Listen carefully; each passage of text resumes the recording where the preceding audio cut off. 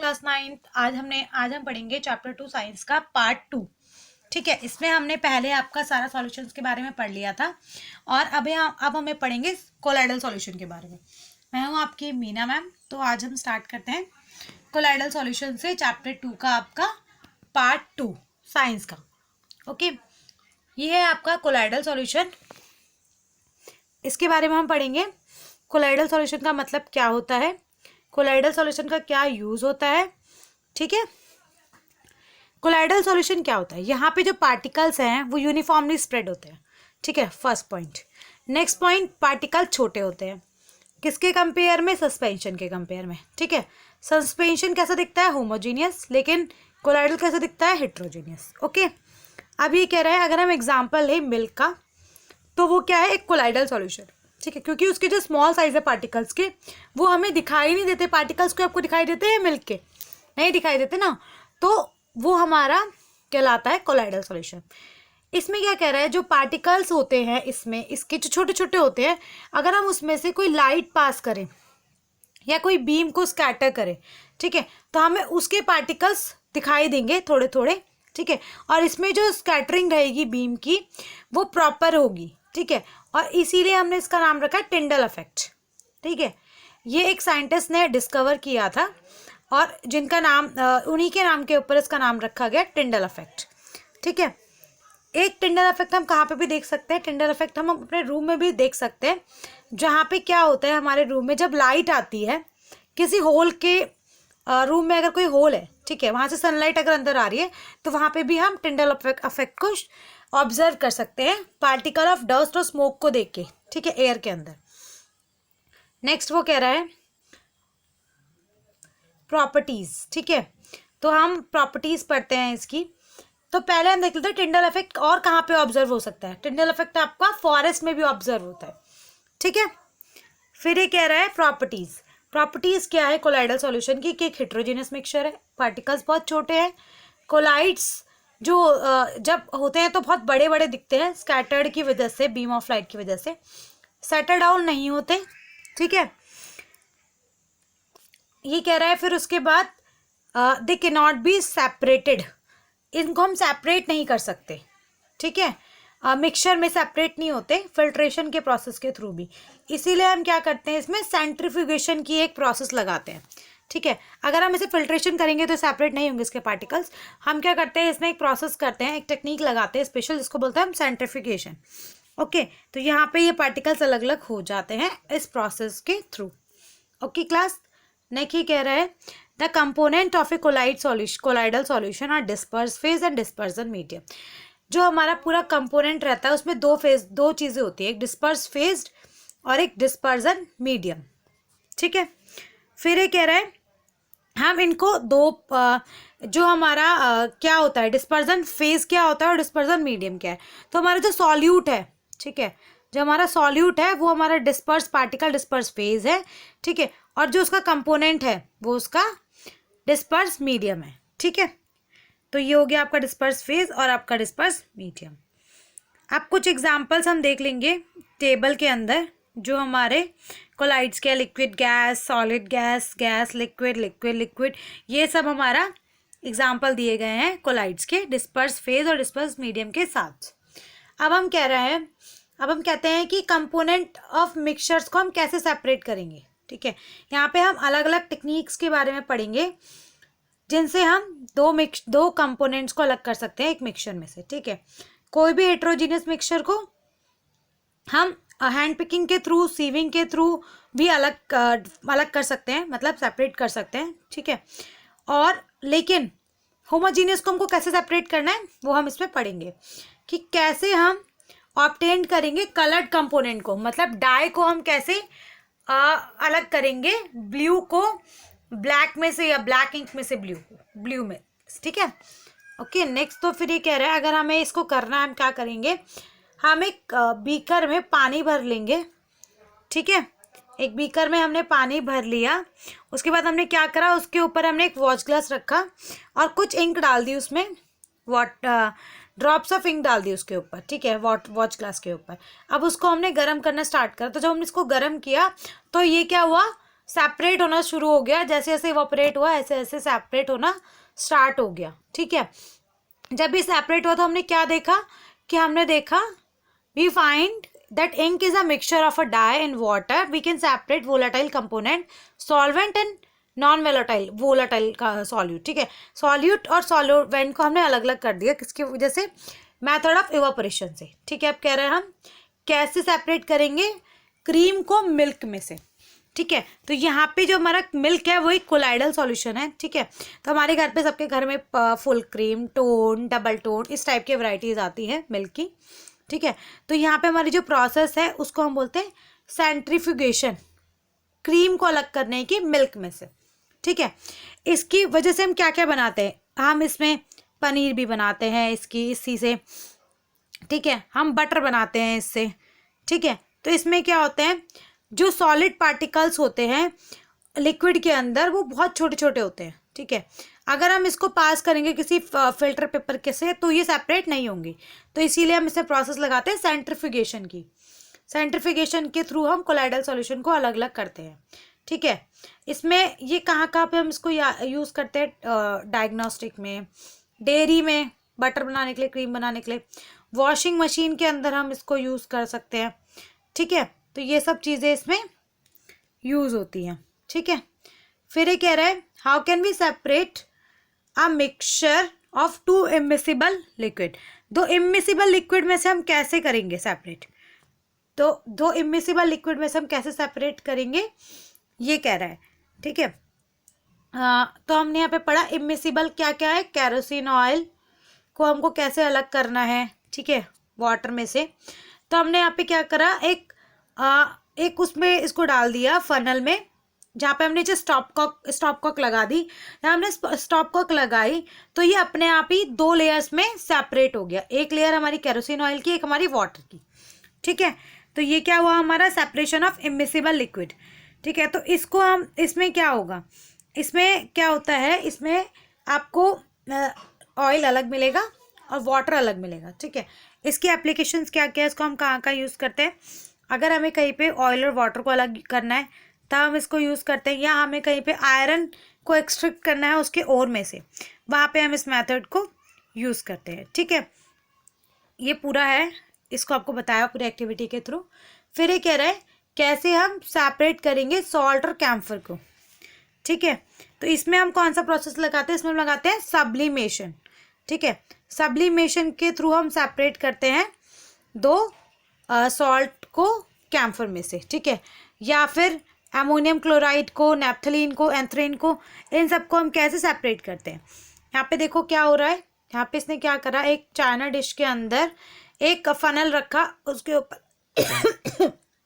Sorry, यहाँ पे इसने नीचे यहाँ पे क्या करा, कैम्फर और सॉल्ट का मिक्सचर रख दिया, उसके ऊपर एक फनल लगा दिया, फिर इसको हीट करना स्टार्ट करा।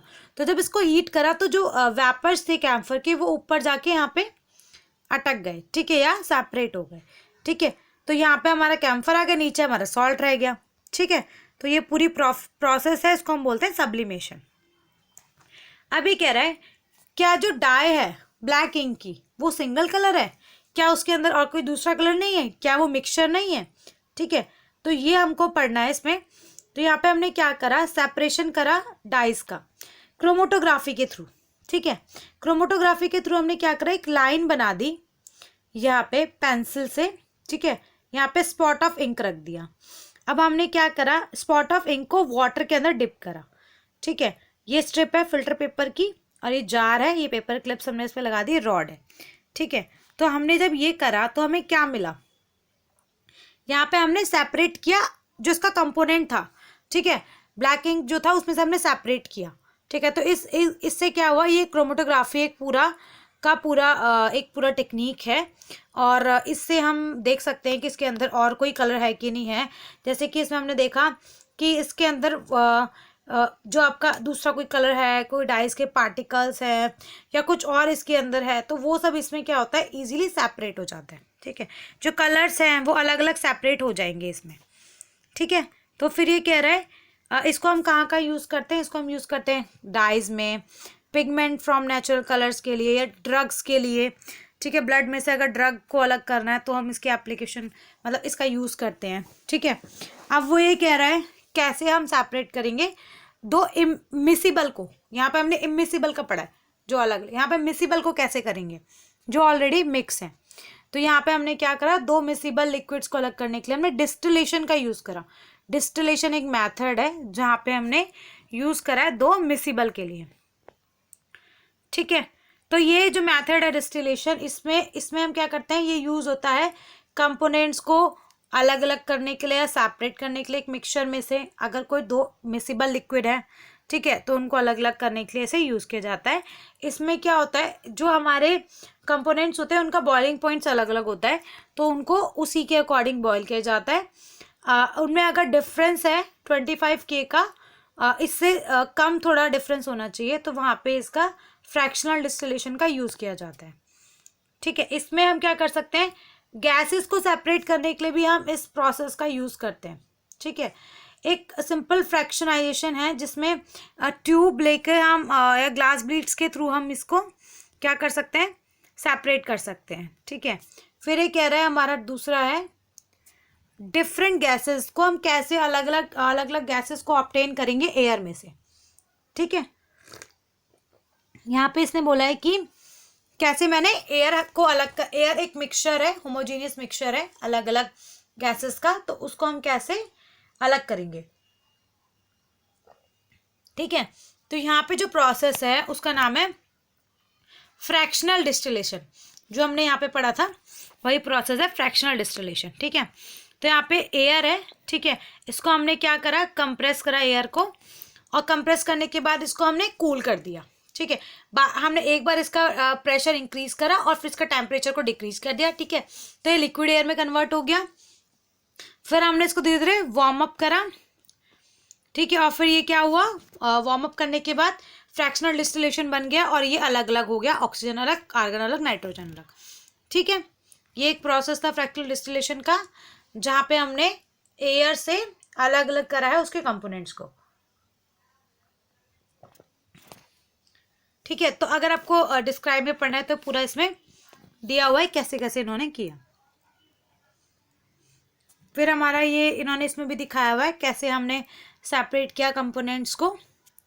फिर ये कह रहा है अब हम कैसे प्योर कॉपर सल्फेट को इम्प्योर सैंपल में से ऑब्टेन करेंगे या कैसे उसको सेपरेट करेंगे। तो ये एक प्रोसेस है क्रिस्टलाइजेशन का, जहाँ पे हम इम्प्योर में से प्योर को निकालते हैं। ठीक है, या सेपरेट करते हैं। जैसे कि हमें सॉल्ट में से जो सॉल्ट जो हमें मिलता है सी वाटर में से, उसमें बहुत सारी इम्प्योरिटीज़ होती है। ठीक है। तो उसको हम कैसे रिमूव करते हैं, तो ये प्रोसेस है क्रिस्टलाइजेशन का, जिसका यूज़ करके हम उसको सेपरेट करते हैं। ठीक है। एक प्योर सॉलिड हमने करा सेपरेट क्रिस्टलाइजेशन की प्रोसेस से। ठीक है। ये बेटर है इवापोरेशन से। इवापोरेशन का ना यूज़ करके हम क्रिस्टलाइजेशन का यूज़ करेंगे। ठीक है। कुछ सॉलिड होते हैं जो कि डिकम्पोज जो कुछ डिकम्पोज हो जाते हैं। ठीक है, शुगर ये सब। ठीक है। और कुछ इम्प्योरिटीज़ होती हैं जो कि डिज़ोल्व हो जाती हैं अब सॉल्यूशन के अंदर, अगर उनमें हम फिल्ट्रेशन करेंगे तब भी वो अलग नहीं होती। ठीक है। तो वहाँ पे हम क्रिस्टलाइजेशन का यूज़ करते हैं। ठीक है। इसका यूज़, इसकी क्या एप्लीकेशंस है, क्या इसका यूज़ है क्रिस्टलाइजेशन का, तो वही प्योरिफिकेशन ऑफ सॉल्ट के लिए हम इसका यूज़ करते हैं, या फिटकरी जो है हमारा इम्प्योर है तो उसमें से हम सेपरेट करने के लिए उसके क्रिस्टल्स को, वो हम यहाँ वहाँ पे इसका यूज़ करते हैं। फिर ये कह रहा है अब हमें कैसे हम चूज़ करेंगे मेथड को, कि हमें कैसे पता चलेगा हमें एक प्योर सब्सटेंस चाहिए, कौन सा मेथड हमें यूज़ करना है। ठीक है। तो वो सब हम नीचे पढ़ेंगे। क्या आजकल तो नई नई टेक्नोलॉजी आ गई हैं जिनसे हम सेपरेट कर सकते हैं। ठीक है। और बहुत सारी सेपरेशन टेक्निक्स हैं। ठीक है। तो ये कह रहा है बहुत सारी सिटीज़ में drinking water supplied from water works, इसमें एक बताया हुआ है कैसे ड्रिंकिंग वाटर को सप्लाई किया जाता है सिटीज़ में। ठीक है। पूरी प्रोसेस है हमें नीचे दिखाई हुई है, कैसे हम इसमें कैसे ड्रिंकिंग वाटर को हम फिल्टर करते हैं। ठीक है। वाटर प्यूरिफिकेशन का आपको दिखाया है कि ये रिजर्वर है, यहाँ से इसमें सेडिमेशन टैंक में गया, पहले सेटल डाउन हो गया जो भी इसमें इम्प्योरिटीज़ रही होंगी। फिर उसके बाद फिर दोबारा उसको फिल्ट्रेशन टैंक में डाला, जो सैंड था या कुछ और था गंदगी, तो वो फिर सब इसमें से क्लियर होगी, फिल्टर होगी। फिर क्लोरिनेशन के लिए, बैक्टीरिया को किल करने के लिए इसके अंदर इसको दोबारा से आपकी मेडिसिन डालिए, क्लोरीन। फिर इसमें इसको आपको आपके घर तक पहुंचाते हैं, ठीक है। तो वाटर प्यूरिफिकेशन सिस्टम है पूरा, जहाँ पे वाटर को फिल्टर किया जाता है, ठीक है। फिर आता है आपका फिजिकल और केमिकल चेंजेस। देखो, फिजिकल और केमिकल चेंजेस आपको पता ही है, फिजिकल चेंजेस वो होते हैं जो रिवर्सिबल होते हैं, ठीक है, जो तो वापस से रिवर्स हो जाते हैं। लेकिन केमिकल चेंजेस वो होते हैं जो रिवर्स नहीं होते। जैसे कि अगर हमने कोई चीज़ को कुकिंग किया है तो वो हमारा रिवर्सिबल चेंज है, ठीक है। लेकिन अगर हमने किसी चीज़ को फिजिकली उसकी प्रॉपर्टी को चेंज किया है तो वो हमारा फिजिकल चेंज है, ठीक है। तो ये हमारा फिजिकल और केमिकल चेंज है। इनमें यही डिफरेंस है कि फिजिकल चेंज जो होता है वो रिवर्ट हो जाता है और जो केमिकल चेंज होता है वो रिवर्ट नहीं होता, ठीक है। फिर कह रहा है हमारे टाइप्स, प्योर सब्सटेंस के हमारे टाइप्स। तो हमने 2 टाइप्स में इसको क्लासीफाई किया, एलिमेंट्स और कंपाउंड में। फर्स्ट है एलिमेंट्स। एलिमेंट जो है उसको किसने डिस्कवर्ड किया था? रॉबर्ट बॉयल ने इसको डिस्कवर्ड किया था, पहले साइंटिस्ट थे ये।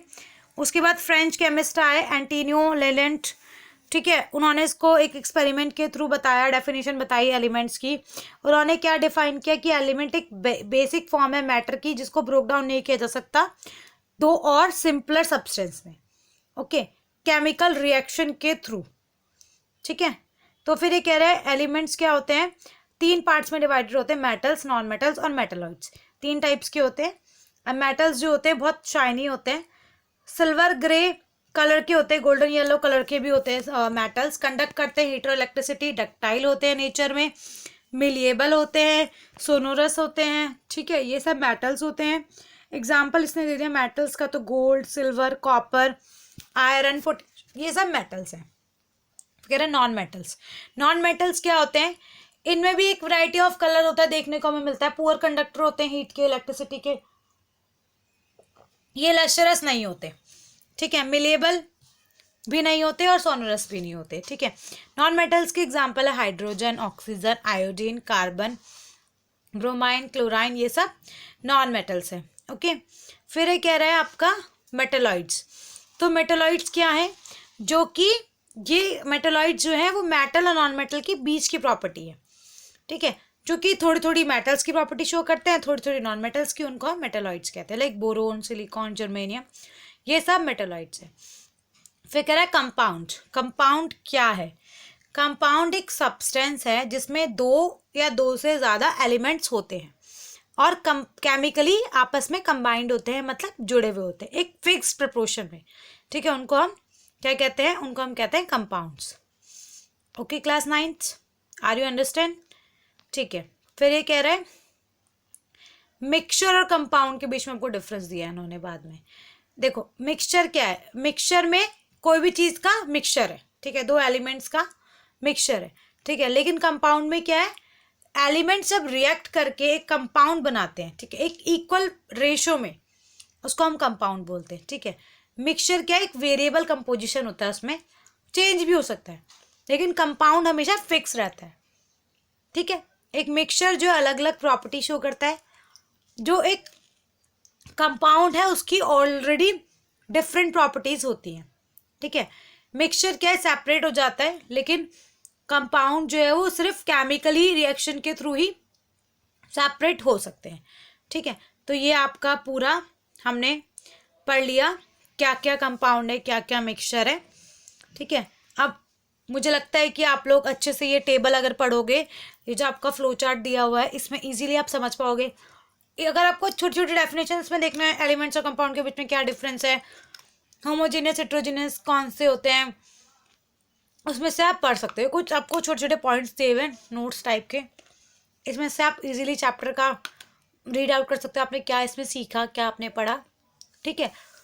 इसके बाद आप इसके क्वेश्चन आंसर भी अटैम्प्ट कर सकते हो, ठीक है। क्लास 9th, तो अगर आपको उसका सॉल्यूशन चाहिए या आपको क्वेश्चंस के आंसर समझने हैं या आपको पूरा अच्छे से समझना है, तो आपको मुझे कमेंट करके बताना होगा कमेंट बॉक्स में कि मैम मुझे हमें इनके क्वेश्चन आंसर चाहिए या इसका सॉल्यूशन आप हमें समझा दो। सॉल्यूशन तो इजीली अवेलेबल हो जाता है कहीं भी साइट्स में, उनका एक्सप्लेनेशन ठीक है, वो मैं आपको अच्छे से समझा सकती हूँ। तो प्लीज़ अगर आपको ये समझना है तो मेरे चैनल को सब्सक्राइब करो और मेरी वीडियोस को लाइक करो। ठीक है, बाय।